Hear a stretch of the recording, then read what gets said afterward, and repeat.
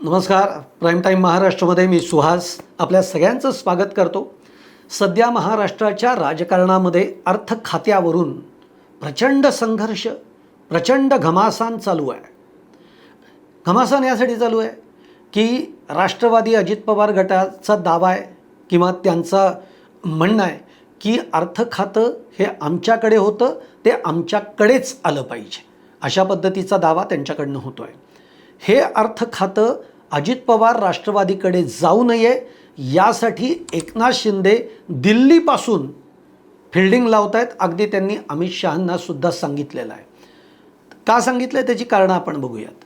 आणि तिसरी गोष्ट की जी चर्चा सध्या सुरू आहे की एक नवी समीकरणं जुळणार आहेत, ते म्हणजे शरद पवारांचे राष्ट्रवादी ही सत्तेसोबत येणार आहे, NDAमध्ये येणार आहे, मग महाराष्ट्रामध्ये सुद्धा ती सत्तेमध्ये येईल.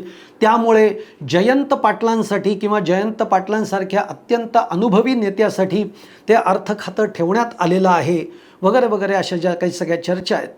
तर या सगळ्या चर्चांमुळे अर्थ खात्यावरून या महाराष्ट्राच्या राजकारणामध्ये एक घमासान सुरू आहे. पण मुद्दा हा आहे की मुख्यमंत्री देवेंद्र फडणवीस ज्यांच्याकडे आत्ता हे अर्थ खातं आहे, ते खरंच आपल्याकडचं अर्थ खातं हे दुसऱ्या कुणालाही, म्हणजे ते राष्ट्रवादी अजित पवार गटाला तरी द्यायला तयार आहेत का, एक, किंवा मग काय एकनाथ शिंदेंच्या शिवसेनेला ते देणार आहेत का? काय वाटतंय तुम्हाला की देवेंद्र फडणवीस आपल्याकडे आलेलं अर्थ खातं हे खरंच देतील? तेच आपण बघणार आहोत या व्हिडिओमधनं. तुम्हाला व्हिडिओ आवडला तर नक्की लाईक करा, शेअर करा, चॅनल सबस्क्राईब करा. सगळं जेव्हा हे महायुती सरकार तयार झालं, बनलं आणि राज्य करू लागलं महाराष्ट्रावर, तेव्हा जे खाते वाटप झालं त्याच्यामध्ये अजित पवारांसारखा अत्यंत हुशार, मुरब्बी, दूरदृष्टी असणारा नेता जो महायुतीमध्ये सामील झालेला होता आणि त्यातून अर्थ खातं सांभाळण्याची अजितदादांकडे अनुभव होता. आणि म्हणूनच अत्यंत महत्त्वाचं, म्हणजे काही खाती जी सरकारमध्ये महत्त्वाची असतात, मुख्यमंत्रीपद तर फारच महत्त्वाचं आहे, पण त्याचबरोबर गृह खातं आहे, अर्थ खातं आहे, महसूल आहे, नगरविकास खातं आहे, अशी जी अत्यंत महत्त्वाची खाती आहेत त्यातलं अर्थ खातं हे अजितदादांकडे गेलं. आता दुर्दैवी घटना घडली, विमान अपघातामध्ये अजितदादांचा मृत्यू झाला. तो 28 जानेवारीला झाला. त्यानंतर लगेचच राज्याचं बजेट येणार होतं. एवढ्या कमी कालावधीमध्ये अजित पवारांच्या गटामध्ये तितका सक्षम अर्थ खातं सांभाळेल आणि लगेचच बजेटला तो सामोरा जाईल असा कोणता नेता नव्हता. म्हणून देवेंद्र फडणवीसांनी अर्थ खातं हे आपल्याकडे ठेवलं. कारण मुळामध्ये देवेंद्र फडणवीसांचा अर्थ खात्यावरचा जो काही त्यांचा अभ्यास आहे, त्यांचं आकलन आहे, ते प्रचंड आहे. त्यातून ते वकील आहेत. त्यामुळे आकडेमोड आणि पुन्हा पुढे कशा पद्धतीने बजेट मांडायचं आहे, राज्याचा विकास कशा पद्धतीने करायचा आहे, हे सगळं एक ज्याला आपण म्हणतो व्हिजन, हे त्यांच्याकडे असल्यामुळे ते खातं त्यांनी आपल्याकडे ठेवून घेतलं. पण त्यावेळेला ते असं म्हणाले होते की एकदा बजेट वगैरे सगळं संपलं की ज्याचं खातं आहे त्याच्याकडे आपल्याला ते सोपवायचं आहे.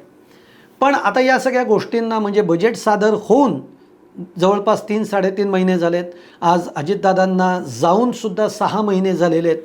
पण तरीही अर्थ खातं जे आहे ते राष्ट्रवादीकडे आलेलं नाही आहे. आणि त्यामुळे राष्ट्रवादी अजित पवार गटामध्ये प्रचंड अस्वस्थता आहे. आणि ती असणं स्वाभाविक आहे. जेव्हा अर्थ खातं हे एखाद्या पक्षाकडे असतं तेव्हा त्या पक्षातले जे आमदार आहेत त्यांना निधीचा प्रश्न हा कधीच उद्भवत नाही किंवा तो कमी मिळाला आहे अशी तक्रार ही त्यांची त्या पक्षाची कधी नसते.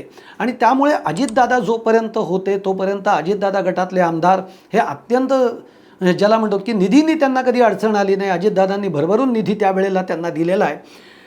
आता हे अर्थ खातं फडणवीसांकडे आहे, ते पुन्हा यावं यासाठी सातत्याने सुनेत्राताई पवार ज्या आहेत या प्रयत्न करत आहेत. पार्थ पवारसुद्धा मुख्यमंत्र्यांची त्यांनी एकदा भेट घेतलेली होती. सुनेत्राताईंनीसुद्धा दिल्लीमध्ये जाऊन अमित शहांची भेट घेतली आणि अर्थ खातं आपल्याकडे यावं असं देखील सांगितलेलं आहे. पण मधल्या काळातल्या ज्या घडामोडी आहेत त्याही मी तुम्हाला सांगतो की एकदा मुख्यमंत्र्यांनी एका वाहिनीला मुलाखत दिली. त्याच्यामध्ये देखील प्रश्न विचारण्यात आला की अर्थ खात्याच्या बाबतीमध्ये तुम्ही पुढे काय निर्णय करणार आहात. तेव्हा मुख्यमंत्र्यांनी अगदी थेट उत्तर जरी दिलेलं नसलं तरी त्यांच्या उत्तराचा जो काही अर्थ आहे तो असा होता की ते अर्थ खातं आता राष्ट्रवादीकडे परत देण्यामध्ये भाजप इच्छुक नाही आहे. मुख्यमंत्री असं म्हणाले की ठीक आहे, याच्यावर विचार आम्ही करतो आहोत आणि त्यातून आमचे पक्षश्रेष्ठी जे काही सांगतील त्यांचा निर्णय जेव्हा येईल तेव्हा जे काही असेल ते ठरवू. त्यामुळे हे अर्थ खातं आत्ता राष्ट्रवादी अजित पवार गटाकडे देण्यामध्ये भाजप काही अनुकूल नाही आहे. त्यातून पुढची गंमत अशी आहे की सुनेत्रा पवार आणि एकूण सगळ्या राष्ट्रवादीकडनं अजित पवार गटाकडनं एक जे दबाव आहे टाकला जातो आहे की हे अर्थ खातं आमच्याकडे यावं. त्यासाठी आता सुनील तटकरे, सुनेत्रा पवार या पुन्हा एकदा मुख्यमंत्र्यांची भेट घेणार आहेत. पण ते अर्थ खातं राष्ट्रवादी अजित पवार गटाला देऊ नका, यासाठी एकनाथ शिंदे, उपमुख्यमंत्री एकनाथ शिंदे यांनी थेट अमित शहांच्या भेटीमध्ये चर्चा केल्याचं आपल्याला समजतं आहे. त्यांनी अमित शहांना असं सांगितलं की अर्थ खातं काहीही झालं तरी राष्ट्रवादीकडे देऊ नका, आमचे आमदार त्याला अनुकूल नाही आहेत, आमच्या आमदारांमध्ये या बाबतीमध्ये नाराजी आहे त्यांच्याकडे गेलं तर, कारण आम्हाला जो निधी वाटप होतो त्याच्यामध्ये असमानता असते आणि त्यामुळे आमदारांमध्ये नाराजी आहे. त्यामुळे ते खातं हे राष्ट्रवादी अजित पवार गटाकडे जाऊ नये अशी एक त्यांची मागणी त्यांनी अमित शहांकडे केलेली आहे. ही आत्ता गेल्या 2 दिवसातली बातमी आपण बघतो. या बाबतीमध्ये आता सुनेत्रा पवार आणि पार्थ पवार हे तर त्यांनी आता पार्थ पवारांनी देखील आत्ता काल परवामध्येच मुख्यमंत्र्यांची भेट घेतली आहे. आता सुनेत्रा पवारही घेतील. मुद्दा असा आहे की मुख्यमंत्री देवेंद्र फडणवीस अर्थ खातं आपल्याकडचं सोडतील का? कुठल्याही आज परिस्थितीमध्ये ते त्यांच्याकडे आलेलं आहे, परंतु आता ते देण्याच्या मनस्थितीत नाहीत. एक लक्षात घ्या याचं मागचं कारण. कोणताही मुख्यमंत्री त्याच्याकडे महत्त्वाची खाती तो ठेवत असतो. त्याप्रमाणे पहिलं जे महत्त्वाचं खातं आहे गृह खातं हे देवेंद्र फडणवीसांनी आपल्याकडे ठेवलं आहे. त्याचप्रमाणे अर्थ खातं हे राज्याच्या एकूण कारभाराच्या दृष्टीनं आणि राज्याच्या सगळ्याच नाड्या या आपल्या ताब्यात ठेवण्यासाठी जे महत्त्वाचं असतं ते अर्थ खातं, जे की एका घटनेमुळे आता फडणवीसांकडे आलं आहे. आता ते फडणवीस देतील असं अजिबात वाटत नाही. याचं कारण असं आहे की आता फडणवीसांना जर का पुढचं राजकारण महाराष्ट्रातलं सगळं जर का करायचं आहे आणि या महाराष्ट्राच्या राजकारणावर त्यांना या तिन्ही जे आपले मित्रपक्ष आहेत त्यांच्यावरही आपला एक चांगला दबाव निर्माण करायचा आहे, दबाव ठेवायचा आहे. त्यातून महाराष्ट्राच्या राज्यातली जी विकास कामं आहेत ती देखील समतोल पद्धतीने जर का करून घ्यायची आहेत तर त्यासाठी ते अर्थ खातं हे मुख्यमंत्री स्वतःकडेच ठेवतील. याचं कारण असं आहे, एक लक्षात घ्या, गृह खातं त्यांच्याकडे, अर्थ खातं त्यांच्याकडे आणि दोन्ही खाती एकमेकांना प्रचंड पूरक आहेत. अर्थ खातं आपल्याकडे ठेवण्यामागचा आणखीन एक दृष्टिकोन हा मुख्यमंत्र्यांचा यासाठी आहे, जेव्हा तुम्ही महाराष्ट्राच्या विकासाचा एक प्लॅन आखत असता तेव्हा तुम्ही कोकण असेल, पश्चिम महाराष्ट्र असेल, मराठवाडा असेल, उत्तर महाराष्ट्र असेल, तिकडे विदर्भ असेल, या ठिकाणी ज्या ज्या पद्धतीच्या निधीचं वाटप हे केलं गेलं पाहिजे, कुठल्या भागामध्ये कुठल्या गोष्टींची जास्त गरज आहे हे जेव्हा बघितलं जातं, त्याचा जेव्हा वाटप करण्याची वेळ येते तेव्हा मुख्यमंत्र्यांना तो निर्णय घेणं अत्यंत सोयीचं जाऊ शकतं. जर का हे अर्थ खातं दुसऱ्या कोणाकडे असेल तर जरी मुख्यमंत्र्यांनी विकासाचे जरी प्लॅन सगळे तयार केले किंवा त्यांच्या ज्या योजना आहेत त्या पूर्णत्वास नेण्यासाठी त्यांना अर्थ खात्याच्या मंत्र्याशी सल्लामसलत करावं लागतं. पण आता जर हे खातं आपल्याकडेच आहे तर त्यांना कुणाला विचारण्याची गरज नाही आहे, ते निर्णय लगेचच घेऊ शकतात.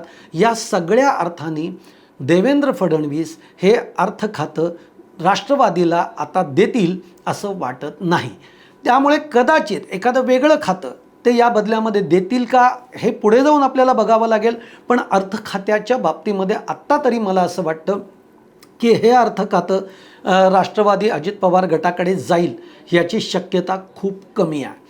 अर्थ खातं दुसऱ्या अर्थाने आपल्याकडे ठेवणं म्हणजेच मी जसं म्हटलं की एक विकासाच्या दृष्टीनं सुद्धा असतं आणि महाराष्ट्रातलं राजकारण जे आहे हे राजकारण जर आपल्या ताब्यात ठेवायचं असेल मग ते एका अर्थाने आज आपल्याबरोबरचे मित्रपक्ष आहेत त्यांच्यावर त्यांना देखील आपल्या ताब्यामध्ये ठेवणं, त्यांच्या आमदारांचा निधी, त्या निधीचं वाटप मग ते कशा पद्धतीने करायचं, कुठल्या भागामध्ये आपल्या भाजपला ज्याचा जास्त फायदा होईल याचा विचार करून तो निधी वाटप करायचा, हे जे सगळे आडाखे असतात जे याआधी 2 वर्षापूर्वी 3 वर्षापूर्वी जे काही घडलं ते आपल्याला माहीत आहे. त्यामुळे अजित पवार अत्यंत खुबीनं करायचे आणि त्याचबरोबर जे काही प्रोजेक्ट्स राज्यामध्ये सुरू आहेत त्याला देखील निधी कसा द्यायचा याचा जो एक सगळा समतोल साधला जातो, जो आपल्याला माहिती आहे की अजित पवारांच्या काळामध्ये ते या सगळ्याचा समतोल साधायचे. अगदी लाडकी बहीण योजनेच्या बाबतीमध्ये सुद्धा ते स्पष्टपणाने काही गोष्टी बोलले होते.